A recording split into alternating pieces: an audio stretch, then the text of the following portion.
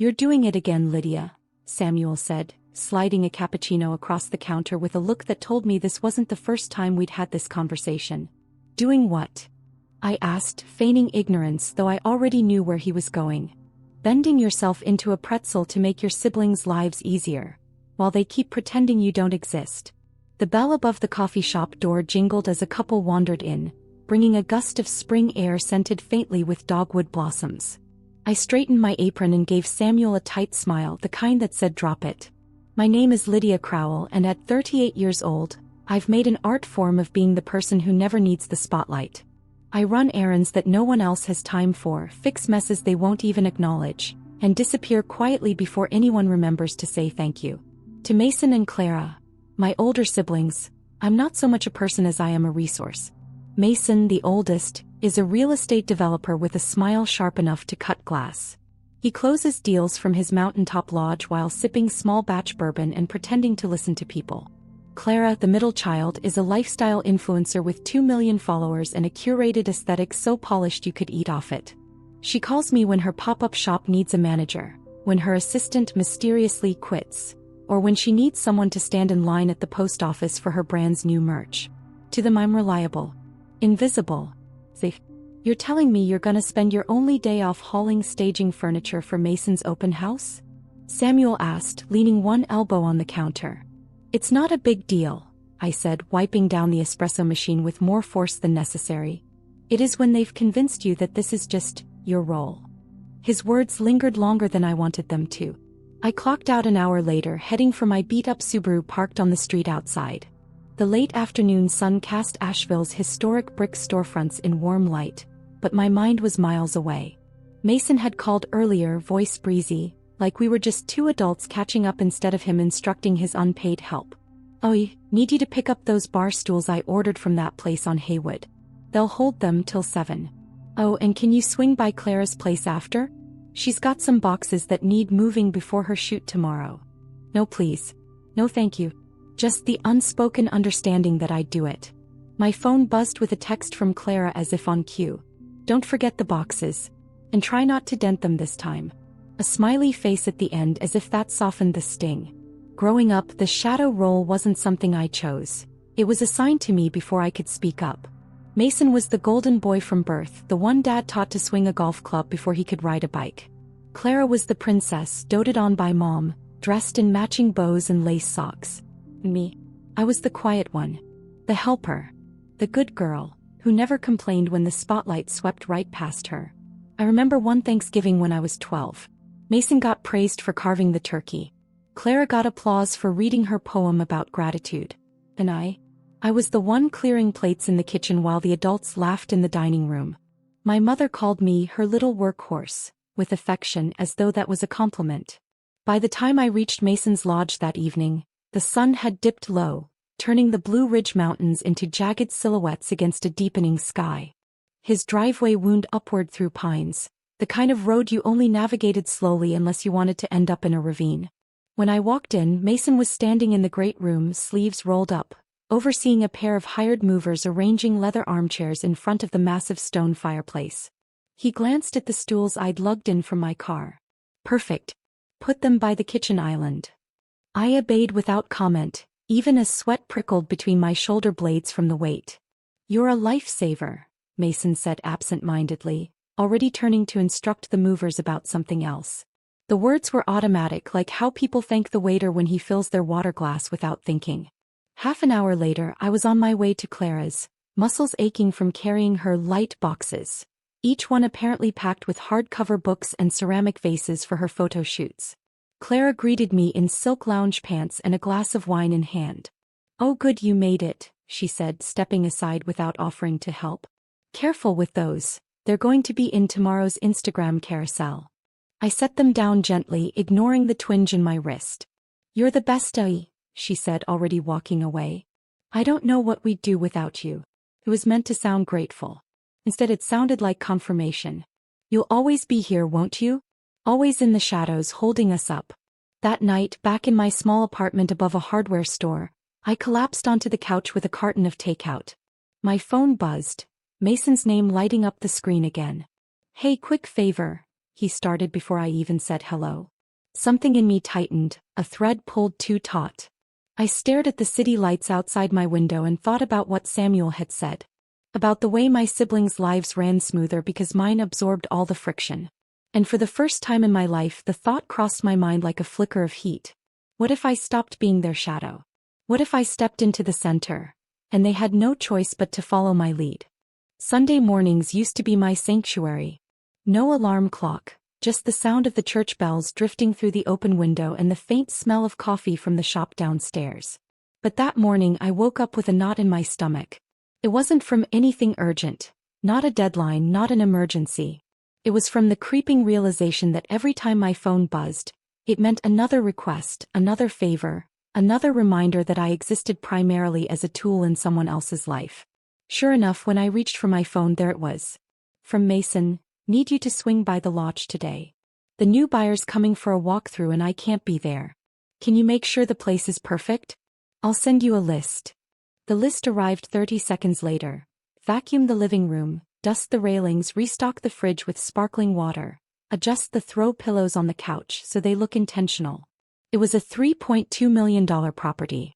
Mason had a full cleaning crew on call. And yet here he was, texting me like I was his personal assistant. I made coffee, trying to ignore the growing pit in my chest. My apartment was small but cozy. 2 rooms, creaky hardwood floors, shelves lined with thrift store finds and books stacked in uneven towers. Nothing about it screamed luxury, but at least it was mine. Paid for with my money. Managed on my schedule. It hit me then. My siblings' lives were built on a constant stream of help from people like me, except I was the only one doing it for free. When I got to the lodge that afternoon, the view was as breathtaking as ever, endless rolling mountains streaked with sunlight breaking through the clouds. Inside, it smelled faintly of cedar and lemon polish. I did Mason's checklist without complaint, my hands moving automatically while my mind replayed every time he'd brushed off my own needs. The time I'd been sick with the flu and he still asked me to just swing by, to drop off documents for a client. The time I'd been mid-interview for a job I actually wanted and he called 3 times in a row until I stepped out to answer, only to find he needed me to pick up dry cleaning. Back then I told myself it was fine. Family helps family. But the truth? Family also respects boundaries. I'd barely finished when Clara called. Her voice was sugary but rushed. Hey, can you do me a teeny favor? I almost laughed. The word teeny was her way of making things sound smaller than they were. I need you to drop off a package at the post office before 5. It's a brand collab and they're on a deadline. It's super important. I checked my watch. It was 4:17. The post office was 20 minutes away and I was 25 minutes from it. I don't think I'll make it, I said. Oh come on LYD. You're the only one I can trust with this. Just try. The last word wasn't a request. It was an instruction. That night I sat in my kitchen with the lights off, the city's neon glow spilling through the blinds.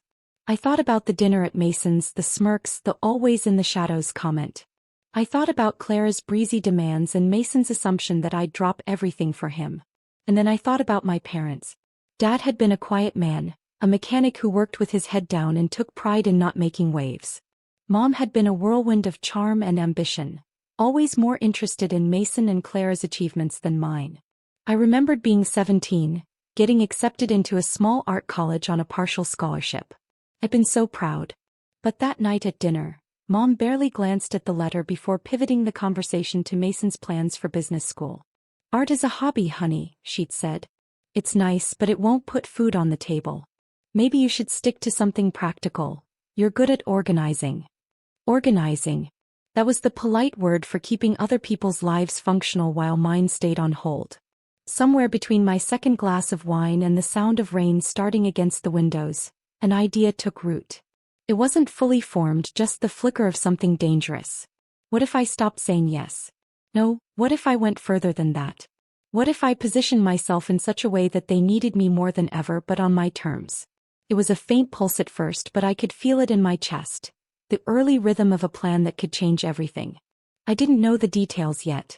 But I knew one thing. I was done living in the shadows. The first rule of going from background to center stage. You don't announce it. You just start collecting information. I didn't wake up the next morning with a full blueprint. But I did wake up with a sharpened awareness, like the lights had suddenly gone up in a room I'd been stumbling through for years. Every conversation with Mason and Clara now sounded different, every offhand remark ringing with possibilities. It started with Mason. He called on Tuesday, all fake cheer. "Oh yeah, I've got a huge opportunity. Some out-of-state investors are flying in next month. Could you prep the lodge for them? They're looking at a few properties, but if I can impress them."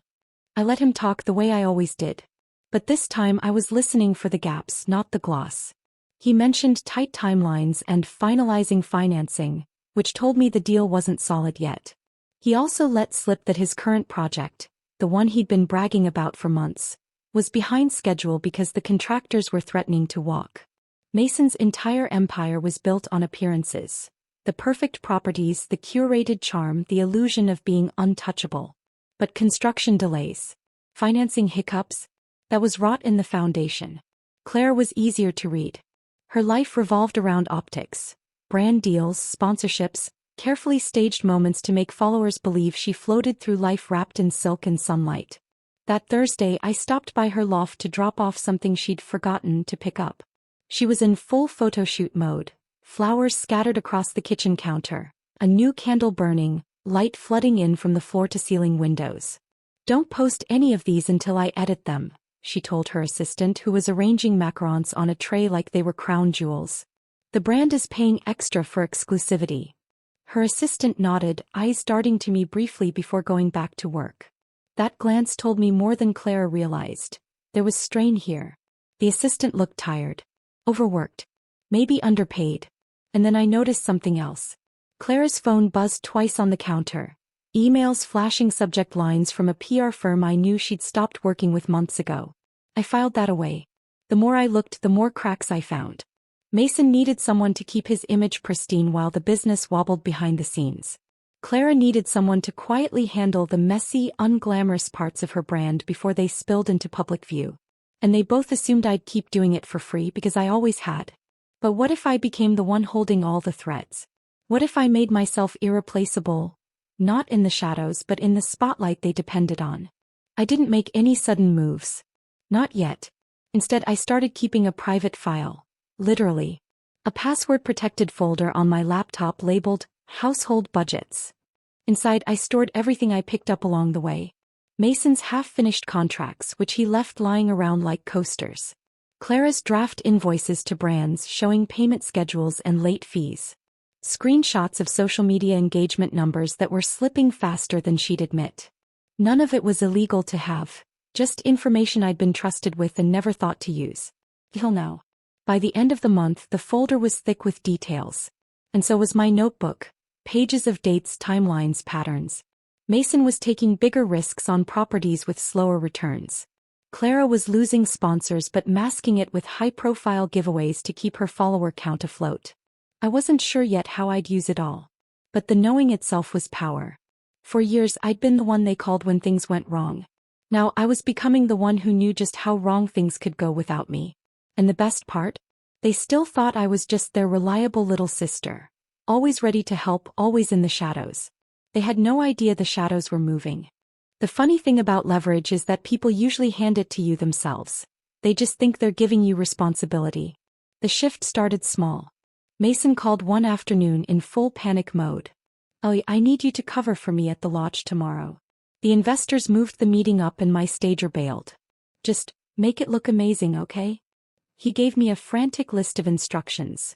Music low but audible, fireplace lit but not smoky, hors d'oeuvres on the counter, like they just came out of the oven.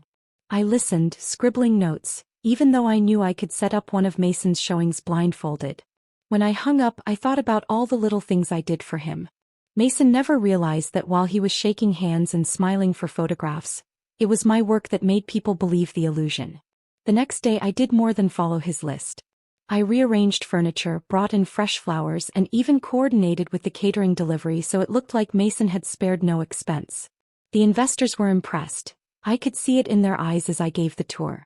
And when Mason called later to say, "They loved it, I owe you big time," I just smiled to myself. Clara's surrender came even easier. Her assistant quit without notice 2 weeks later.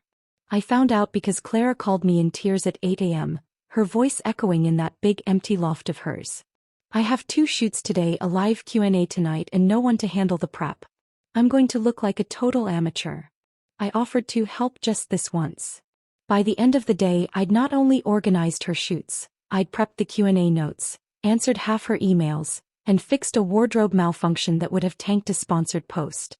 "You're a lifesaver," she said that night, exhausted but glowing in the ring light. "You should just work for me." I laughed it off, but inside the words stuck. Work for her? Oh. Have her work through me? Absolutely. Over the next month, I let them think they were in control. Mason would send me his urgent last-minute tasks. Clara would drop her chaos into my lap with a sweet little please. But slowly the task started requiring my judgment, not theirs. Mason began forwarding me contractor emails directly instead of replying himself. "Clara gave me access to her brand calendar, just so you can keep me on track." They didn't notice that every time they relied on me, they handed me another thread to hold. The more threads I had, the more the pattern emerged. Mason's image depended on flawless presentation, but his attention to detail was almost non-existent. Clara's brand depended on seamless content flow, but she couldn't manage schedules to save her life. And both of them had the same blind spot. They assumed I would never use this knowledge for anything but their benefit. That assumption was my strongest weapon. One rainy Wednesday, Clara called in a frenzy about a scheduling conflict with a brand rep. "I need to be in Charleston for a photo shoot, but the sponsor dinner is here in Asheville. Can you just go for me? Pretend you're my manager." I said yes. At that dinner, over plates of seared salmon and glasses of Pinot, I learned more about her contracts in 1 hour than she'd told me in 5 years. Payment structures, renewal clauses, even penalty fees if content wasn't delivered on time. All of it spilled out naturally because the rep assumed I already knew. I took mental notes, smiling politely all while thinking, "You just gave me the keys to the vault, Clara." By the time spring edged into summer, the balance had shifted. They didn't just ask me for help anymore. They expected it. And I gave it, in a way that made sure I knew exactly what was happening in every corner of their business. It wasn't sabotage. Not yet. It was positioning. Because the day was coming when Mason and Clara would find themselves standing in the middle of a stage they couldn't manage. And I would be the only one holding the script.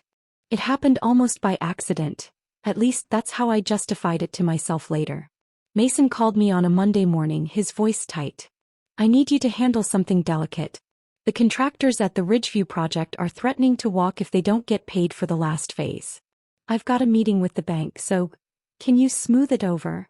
Smooth it over.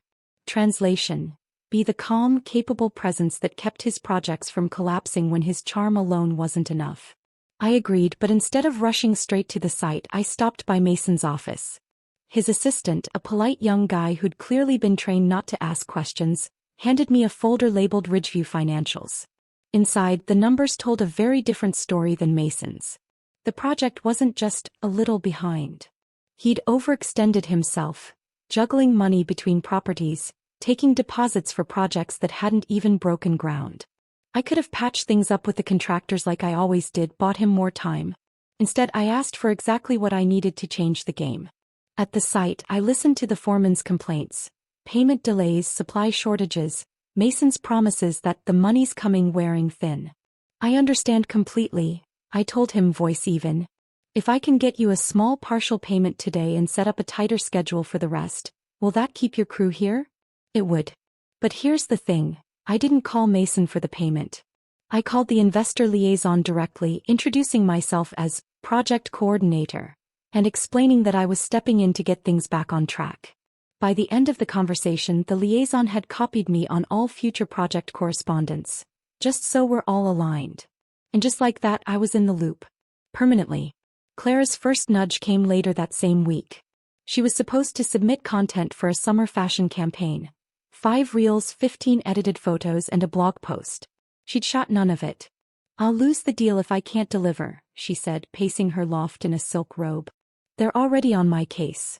I sat at her kitchen island, sipping the matcha latte I'd made myself while she panicked. "Send me your raw files. I'll edit them." It wasn't charity. I picked the best angles, framed the shots to emphasize the pieces with the highest commission payouts, and organized the deliverables in a way that made the brand contact me for follow-up. Thanks, Lydia. The rep emailed after the campaign went live. Great work. You're a natural at this. I didn't forward the compliment to Clara. These weren't big moves, not yet. Mason still thought he was running his projects. Clara still thought she was the star of her own brand. But every favor they asked of me now left behind a breadcrumb trail that led straight to my inbox, my phone, my quiet control. And the best part? They thanked me for it. That night, sitting in my apartment, I opened the household budgets folder and started a new document. At the top I typed, assets under my management. May. The list wasn't long yet. But it was growing. The opportunity came from Clara as I knew it eventually would.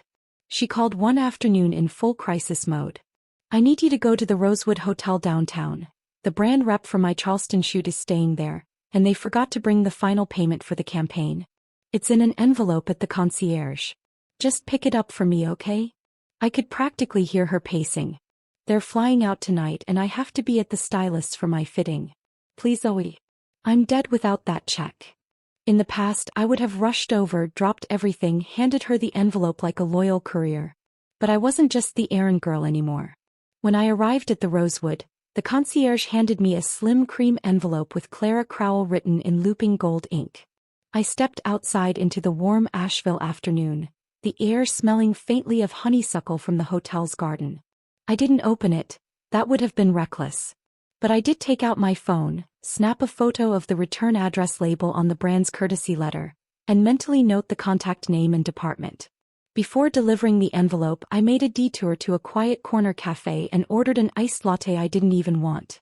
I sat there with the envelope in front of me, the condensation from my drink forming a slow ring on the table, and thought, why does Clara need to be the only point of contact? When I finally gave her the envelope, she tore it open without even offering me a glass of water. Oh, thank God, she breathed, scanning the check. You saved me. She never noticed me leaning casually against her counter, watching her write a quick deposit slip. You should really introduce me to that rep, I said lightly. Just in case you ever can't make it to a meeting, I could keep things on track for you. Clara was distracted, hair twisted up with a pen while she counted zeros. Sure, she murmured. I'll send you her info later. He didn't. But she'd already given me everything I needed. The name, the brand, the trust to be in that space on her behalf. My test run came a week later. That same brand sent a short notice request for an additional social media post, in line with the summer theme. Clara was in Charleston again, swamped with her own self-imposed chaos, and the email, copied to me because of my help on the last campaign, hit my inbox first. Without hesitation, I drafted the post myself, using photos from the shoot I'd already organized, and submitted it directly to the rep. They approved it within an hour. When Clara got home 3 days later, she mentioned offhand that the brand had paid her a small rush bonus for quick turnaround. That was fast work, she said. I just smiled. Glad I could help. It wasn't about the money yet, that would come later. This was about proving a principle. If I moved first, they wouldn't question it. If I delivered results, they'd hand me more. And the more they handed me, the more I owned without them even realizing it. That night, I opened my assets under my management file. Under Clara's name, I added direct brand contact, Summerline Apparel, Content Creation Authority, confirmed. Bonus payout pipeline accessible. The list was growing. And so was the quiet satisfaction curling deep in my chest. Mason's call came at 6:42 a.m., early enough that I knew something was wrong before I even picked up. "Id, I need you at the lodge today. The Ridgeview investors want a progress update and I can't get out of a meeting in Charlotte. Just stall them. Make it sound good. Stall them." In Mason's language, that meant cover for my mistakes until I can spin them into something profitable. I made coffee, pulled on jeans, and grabbed the leather portfolio I'd started carrying to look official at his events. Inside were my own notes on the Ridgeview project, far more detailed than Mason's ever were. When I arrived at the lodge, the investors were already there. 2 men in tailored suits and a woman with the kind of calm, appraising gaze that could make or break a deal. They stood in the great room, looking out over the mountains with polite but guarded expressions. "Mr. Crowell asked me to host you on his behalf," I said, shaking their hands one by one. "I've been overseeing the day-to-day here so I can give you a clear picture." It wasn't a lie, just an unspoken shift in reality. We walked the property and I could see the problem through their eyes. Unfinished landscaping, supply delays, workers who looked like they were killing time until someone told them the checks had cleared. Instead of sugarcoating it, I leaned into something I'd learned years ago working retail. Give them just enough truth to make the next promise feel solid. There have been some delays with materials, I admitted. But I've personally secured alternative suppliers. The revised schedule puts us back on track for mid-September. Their interest sharpened. You're handling procurement? The woman asked. Yes, I said without hesitation. And I'd like to be your point of contact moving forward. It'll streamline communication. She didn't look at Mason's absent shadow in that moment, she looked at me. By the end of the walkthrough they'd agreed. Every update, every concern, every payment schedule would go through me. I sent Mason a polite text afterward. Investors happy. I'll keep them in the loop for you. His reply was predictable. You're rock star. Couldn't do this without you. And there it was, the exact mindset I wanted him to have. 2 days later, one of the investors emailed me directly with a question about financing. The kind of question that would normally go to Mason's accountant. I answered it, carefully, competently, and CC'd Mason so it looked collaborative. But I'd seen the flicker in his reply when it came through. Looks good already. Just make sure they know I'm still running point. That was the first time I saw it. The unease creeping in at the edges of his confidence. That night, I added a new section to my assets under my management file. Mason. Ridgeview investors. Direct contact. Project oversight perception. Shifting in my favor. Procurement authority. Established. I sat back in my chair sipping wine and considered the implications. If I could become the one the investors trusted, Mason wouldn't just need me for busy work. He'd need me to keep his entire deal alive. And once someone's survival depends on you, they'll do almost anything to keep you close. It started with an innocent phone call from Clara. Hey, I need a favor, she said, the words as predictable as the sunrise. One of my sponsors wants to host their fall launch at a unique venue in Asheville. Something chic but not overdone. You know the scene better than I do. Can you scout for me? I almost laughed out loud. Unique but not overdone?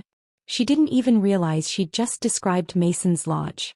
Actually, I said, keeping my tone casual, I might know the perfect spot.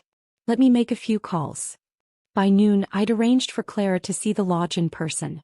I told Mason only that someone in the influencer space was interested in using it for an exclusive event.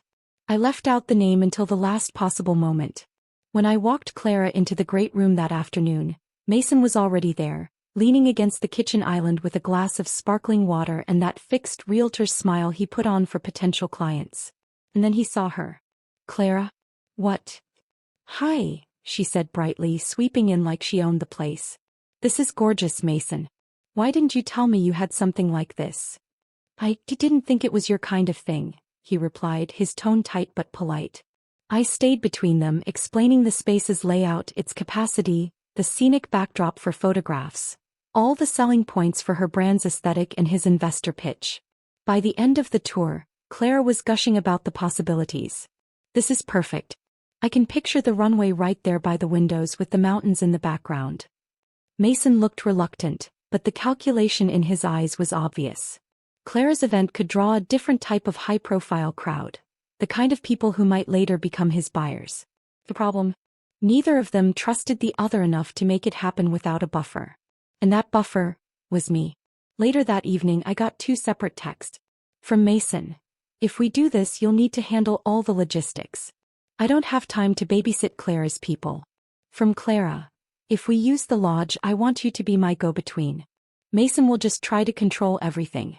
I stared at the screen for a long moment, a slow smile forming. They'd each handed me the same job for opposite reasons. And in doing so, they'd both given me the authority to coordinate an event that would affect both their reputations.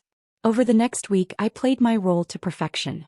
To Mason, I was the meticulous event manager protecting his property and ensuring the investors would be impressed by the exclusive guest list. To Clara, I was the trusted sister keeping her brand vision intact, shielding her from Mason's interference. What neither of them realized was that all communication, all contracts, all vendor payments ran through me. Every name on the guest list passed through my hands. Every invoice had my signature at the bottom.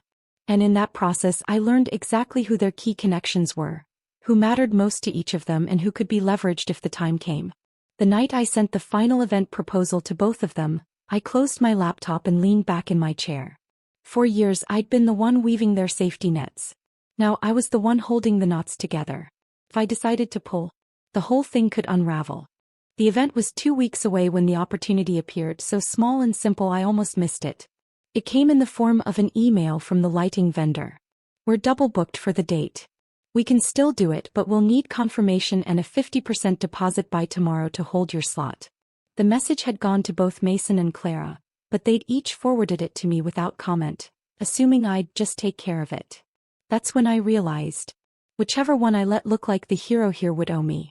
I thought about it for a while. Mason's investors would be attending. Lighting mattered for his property's image. But Clara's entire brand was built on perfect visuals. A lighting disaster would hurt her far more. So I made my move. I called Clara. "There's a small hiccup," I said, keeping my tone calm. "The lighting company needs half the payment up front to lock us in. Mason hasn't responded yet, so if you want to secure it, I can run it through your brand account and reimburse you after the event." He didn't hesitate. "Do it. I'll send you the funds right now." Within an hour the deposit was paid, and the vendor's confirmation email went directly to me, seeing Clara but not Mason. When Mason finally noticed the email thread a day later, he called. "So Clara paid the vendor?" "Yes," I said simply. "She wanted to make sure nothing slipped through the cracks." He made a noise that was half irritation, half reluctant respect. "Fine. Just make sure the investors don't think she's running the show." "Of course," I said. And I meant it. I wasn't letting either of them run the show. The funny thing about the lighting deposit was that it wasn't just about securing the service. It was about controlling the invoice. Because when the final bill came due after the event, it would come to me. And I'd be the one deciding how, and from whose account, it got paid. I added a new line to my assets under my management file. Joint leverage point. Lodge event. Lighting vendor contract in my name. Payment pipeline under my control. Perception. Clara as proactive, Mason as property gatekeeper, both reliant on me. The day after I made that entry, Clara sent me a text that almost made me laugh out loud. "You know, I don't think I could do this without you." It was almost word for word what Mason had said to me just days before. And neither of them realized they'd both admitted the same thing. The night of the lodge event was one of those crisp early autumn evenings when the air feels like it's been rinsed clean. The mountains glowed deep blue in the distance, their ridges layered like brushstrokes on a painting. Inside, the great room hummed with activity, vendors adjusting floral arrangements, servers gliding past with trays of champagne flutes, a string quartet rehearsing quietly in the corner. From my vantage point at the center of it all, I could see everything. The lighting I'd secured bathed the space in a soft golden glow. Mason's investors had already arrived, sipping cocktails and admiring the view through the floor-to-ceiling windows. On the other side of the room, Clara's photographers were darting between guests, capturing perfectly staged candid shots of her smiling in a silk-wrapped dress. Neither Mason nor Clara realized they were orbiting around me. Mason pulled me aside first. "Keep the investors near the windows, they need to see that sunset. And make sure Clara doesn't turn this into a photo shoot for herself." "Got it," I said, and the moment he walked away, Clara appeared at my other elbow. "Don't let Mason hog all the attention," she whispered. "I need the sponsors to feel like they're part of something stylish, not some real estate pitch." I nodded again, smiling inwardly. Two conflicting agendas both funneled through me. Over the next hour, I moved through the room like a conductor guiding an invisible orchestra. I introduced investors to select sponsors, the pairings calculated to give me a better understanding of who influenced whom. I intercepted a mildly inebriated caterer before he could spill red wine on a brand rep's ivory blazer. I even accidentally seated Mason's most skeptical investor next to Clara's most talkative sponsor, just to see what kind of information might leak. By the time the string quartet's final note faded, I'd learned 3 critical things. Mason's investors were wary of his financing timeline but impressed by the venue's potential for high-end events. Clara's sponsors were quietly concerned about her recent drop in engagement numbers, concerns she hadn't shared with me or Mason. Both groups now associated me as the natural point of contact for anything involving this lodge or this event. The night's most revealing moment came later, during the toast. Mason stood near the fireplace, glass in hand, thanking everyone for coming. Clara hovered at his side, smiling tightly, waiting for her turn to speak. When she stepped forward, she thanked my amazing sister Lydia, who made all of this possible. There was a ripple of agreement in the crowd. I saw it in the nods, in the glances that shifted toward me. Mason's jaw flexed almost imperceptibly. When it was his turn again, he added, "And of course, none of this would have been possible without my vision for the property." A polite smattering of applause. To anyone else it was just sibling banter. To me it was the first public crack in their carefully managed dynamic. By the time the last champagne glass was collected and the final guest had drifted out into the cool night air, Mason and Clara were both glowing with compliments, and both clearly irritated with each other. Which was perfect, because while they were focused on each other's perceived slights, neither noticed me slipping into the kitchen to collect the signed vendor receipts, leftover guest lists, and the lighting invoice that would come directly to me in a week. That stack of papers felt heavier than it should have. Not because of the weight but because of what it represented. Proof, connections, control. Back home, I opened my assets under my management file and created a new section. Joint event fallout. Guest list with investor/sponsor crossover points. Vendor contracts in my name. Public acknowledgement from both siblings of my central role. It wasn't just leverage anymore. It was momentum. And momentum, once it starts, is almost impossible to stop. The morning after the event, my phone started buzzing before I'd even finished my coffee. "Mason first. That was flawless last night," he said, his voice brisk but almost deferential. "The investors were impressed. I think we've got them leaning toward full funding. I want you to keep managing communications with them. You've clearly got their trust." I leaned back in my chair, letting him talk. Mason wasn't in the habit of handing over control to anyone. The fact that he'd just given me a permanent role told me everything I needed to know about how much he needed me. "Of course," I said smoothly. "But Mason, if I'm going to handle ongoing investor relations, I'll need direct access to the project budget and timelines. It'll be impossible to keep them happy without the full picture." There was a pause. "Fine. I'll have my assistant send you everything." Just like that, another door swung open. An hour later, Clara called. "I can't thank you enough for last night.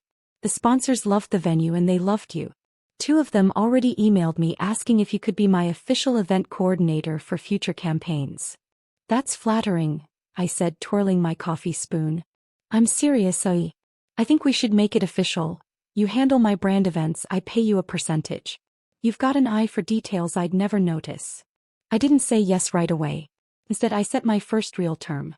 "If I'm going to manage your events, I'll need to be CC'd on all brand correspondence from the start of negotiations. Otherwise, I'm stepping in halfway blind." "Done," she said without hesitation. And just like that, I had visibility into every brand deal Clara touched. By lunchtime, I'd received 3 separate document dumps: Mason's project schedules, Clara's upcoming campaign briefs, and the updated vendor contracts from the lodge event, all routed directly to my email. I saved them in my assets under my management folder, watching it swell like a bank account. That evening, I poured myself a glass of wine and read through everything. From Mason's files, I learned his cash flow was even tighter than I'd guessed.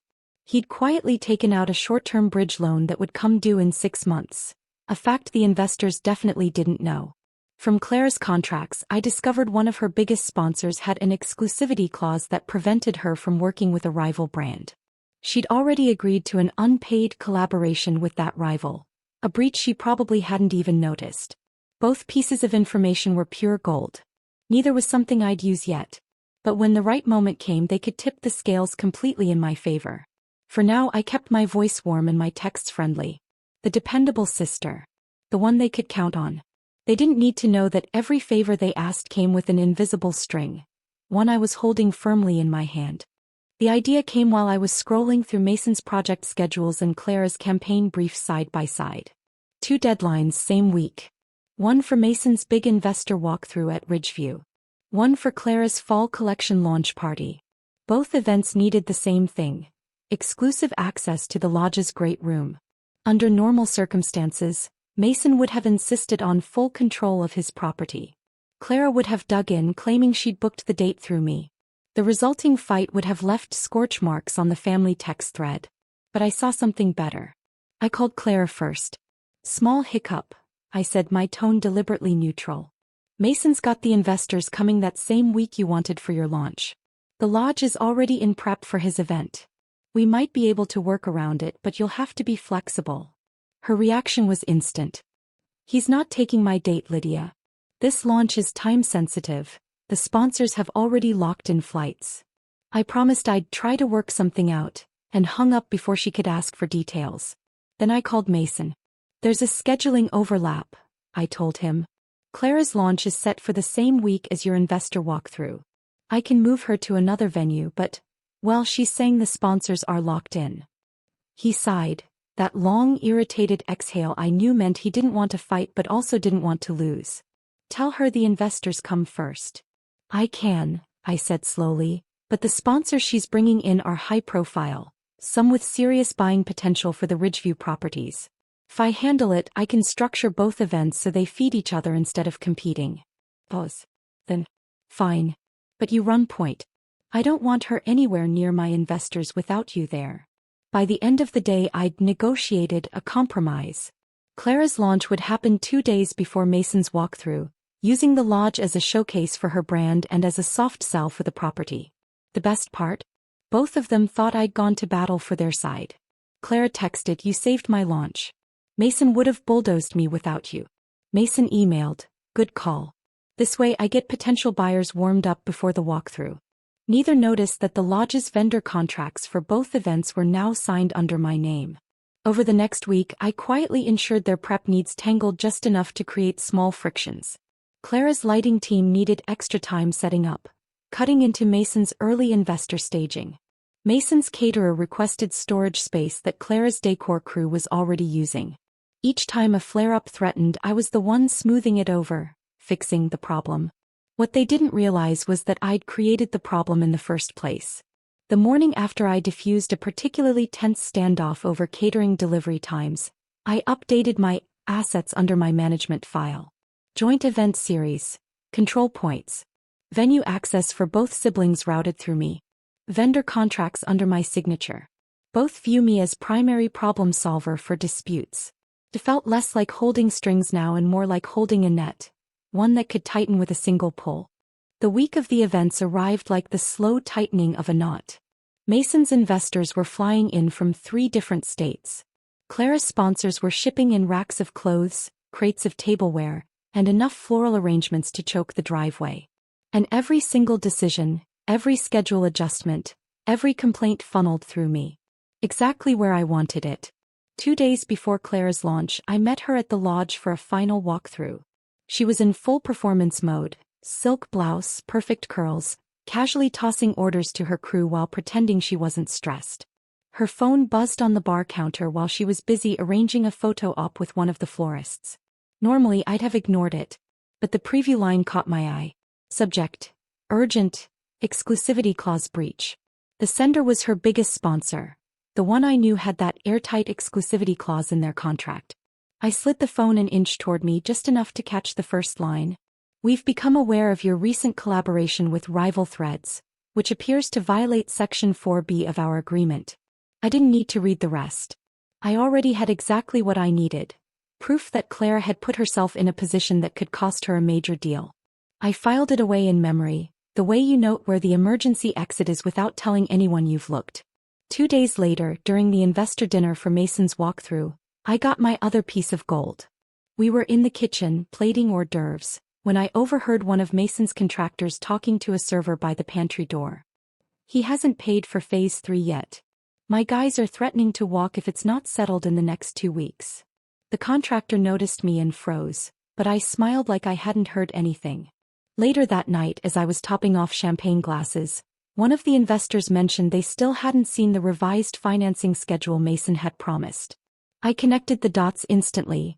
Mason's cash flow was worse than I'd realized. If the investors found out about the unpaid contractors before he secured funding, the deal could collapse entirely. By the end of the week, I had 2 sharp, precise tools in my hand. Clara's breach of her exclusivity clause, which could sink her with her most valuable sponsor. Mason's unpaid contractor issue, which could tank his investor deal. I didn't need to use either. Not yet. For now, I tucked them into my assets under my management file, under a new section labeled Critical Leverage, High Impact. Clara. Contract breach documented via sponsor email preview. Mason. Contractor non-payment corroborated by 2 sources. The real power wasn't in detonating these bombs. It was in knowing I could, and that neither of them had the faintest idea. Because one day the right moment would come. And when it did, I wouldn't just be in the middle of Mason and Clara's world. I'd be the one holding it together, or letting it fall apart. The day of Clara's fall collection launch was one of those perfect autumn afternoons, golden light pouring through the lodge's windows, maple leaves scattering across the drive like confetti. Inside, the air smelled faintly of cinnamon and warmed cider, the kind of detail Clara loved to take credit for but never actually arranged herself. She floated through the space in a deep emerald dress, greeting sponsors, photographers, and carefully curated friends from her social circle. Every smile was calculated, every laugh a shade too bright. To anyone watching, I was just her sister, clipboard in hand, making sure things ran smoothly. But in reality, every moving part, from the lighting schedule to the seating chart, was running through me. The first test came an hour before the doors opened. One of Clara's high-profile sponsors had texted that their delivery, a custom display piece for the product line, had been delayed. Without it, her carefully staged brand moment would be ruined. She came to me in a whisper-shrill panic.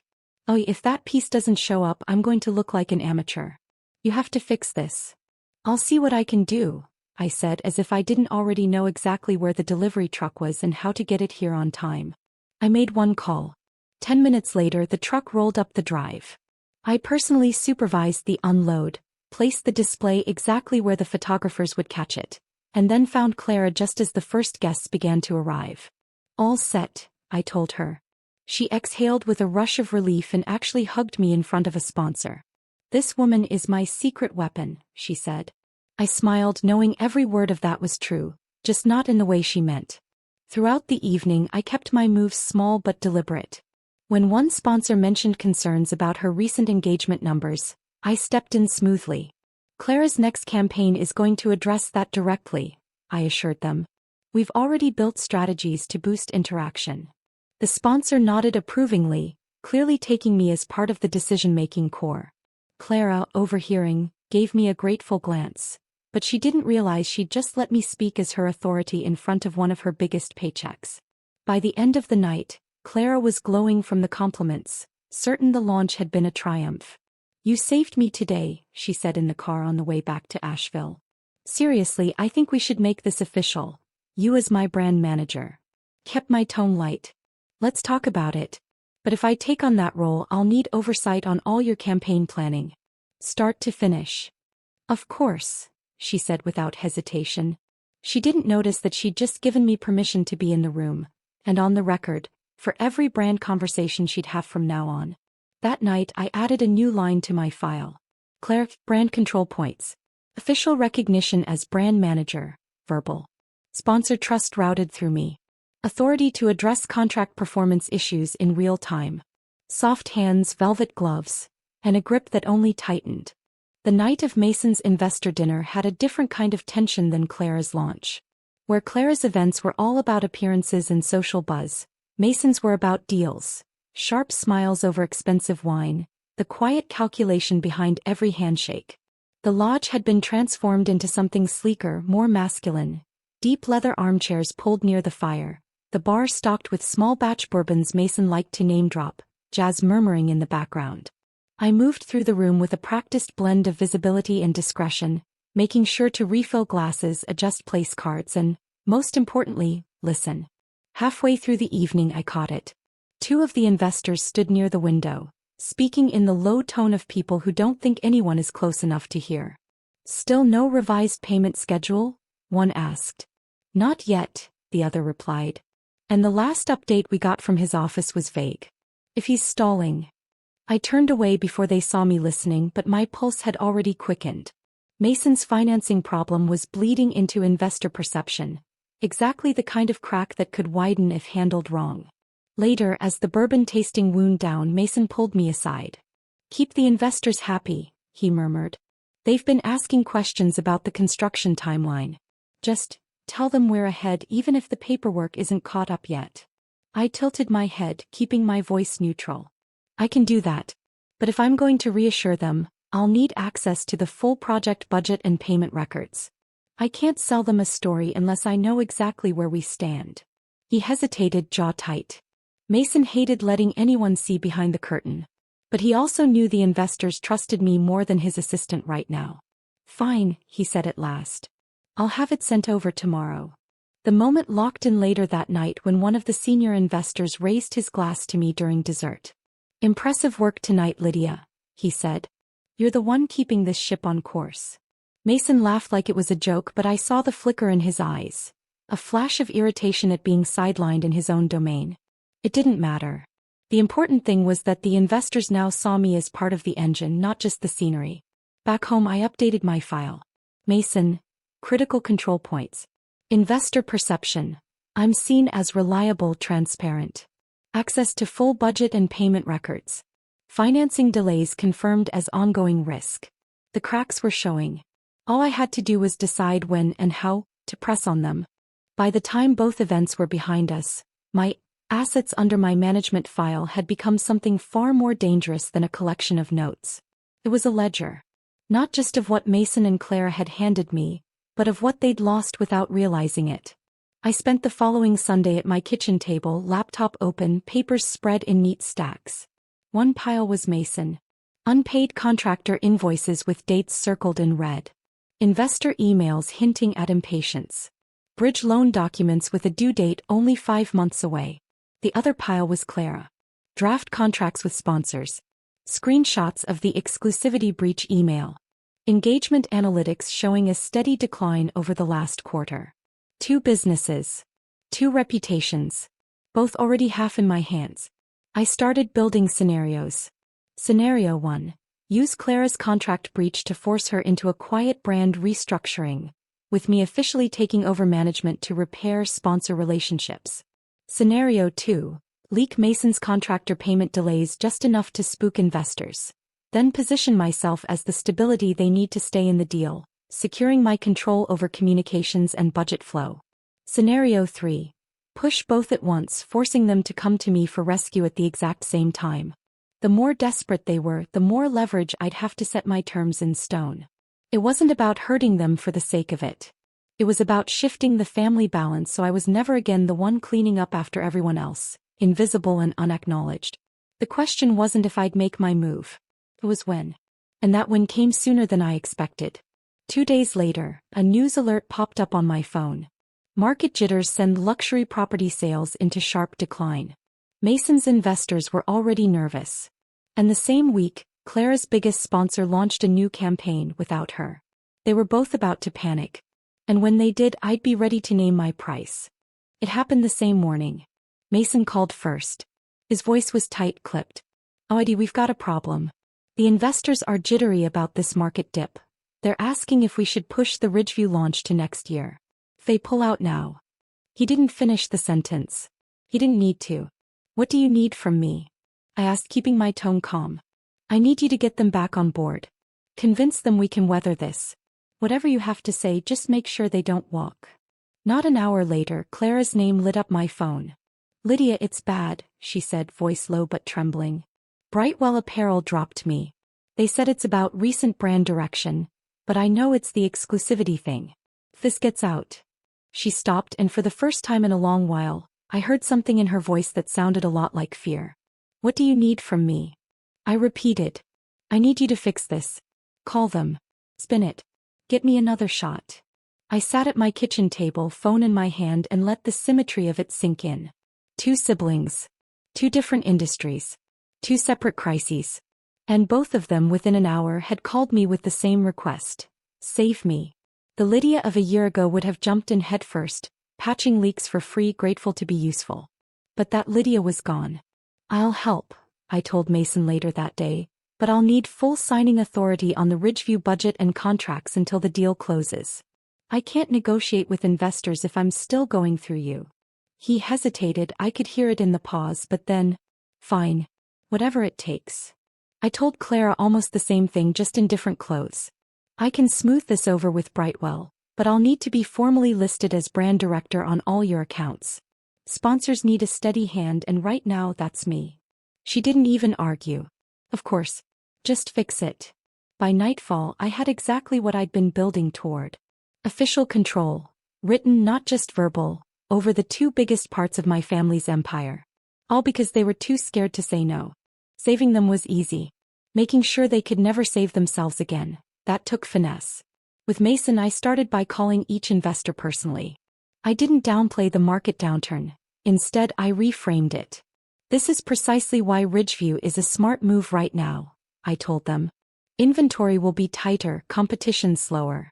And with full control over operations, I can guarantee delivery on time. That full control part wasn't subtle. It was deliberate. A reminder that the project now had a stabilizing force. Not Mason's smile. My signature. Within 48 hours, I had verbal commitments from all but one investor, each of them copying me, not Mason, on follow-up emails. With Clara, I took a different tack. I called Brightwell Apparel's head of partnerships and positioned the exclusivity breach as a miscommunication from a creative team member. I never said Clara's name in that context. I've stepped in as brand director to ensure clarity moving forward, I said. You'll have my direct line for all approvals. We can even offer you first rights on the winter campaign. By the end of the week, Brightwell hadn't just reinstated Clara. They doubled their deliverables for the next quarter, all routed through me. Mason sent me a bottle of 12-year bourbon with a handwritten note. Couldn't have done it without you. Clara took me to dinner at the nicest restaurant in Asheville, raising a glass and calling me the heart of this family's success, loud enough for half the room to hear. They didn't realize that both of them had just built the cage they now lived in, and handed me the key. In my assets under my management file, I created a new heading. Permanent dependencies. Mason. Signing authority on all Ridgeview budget/contracts. Investor trust centered on me. Clara. Official brand director on all campaigns. Sponsor communication routed exclusively through me. The ledger didn't just track their weaknesses anymore. It recorded my ownership. Mason's moment came during a meeting with the Ridgeview investors. We were seated around the long oak conference table at the lodge, the kind he liked to dominate from the head of. He opened his mouth to speak about next phases, but one of the senior investors turned to me instead. Lydia, what's our updated delivery schedule? I answered smoothly, referencing budget allocations and vendor timelines, all details Mason hadn't even seen yet. The investors nodded, taking notes. One even said, "Glad you're steering this ship." Mason didn't interrupt, but I saw his hand tighten on his pen until the knuckles whitened.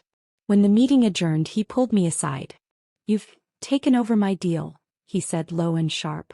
"No, Mason," I replied, matching his tone. "I've saved it. And now everyone knows who to call when they want answers." Clara's realization was quieter but no less sharp. We were on a video call with a new luxury brand from New York. Halfway through, the marketing director said, "Lydia will send all creative briefs to you for approval. You clearly have the vision here."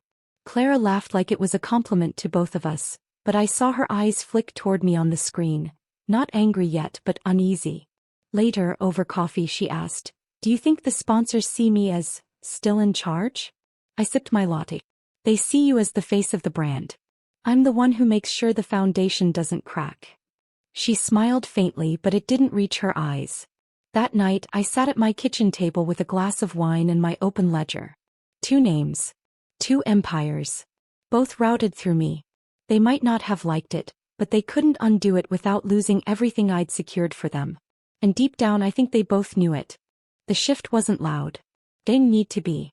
One morning, I woke up and realized I was no longer moving between Mason's and Clara's worlds. I was the axis they both spun around. It started with the invitations.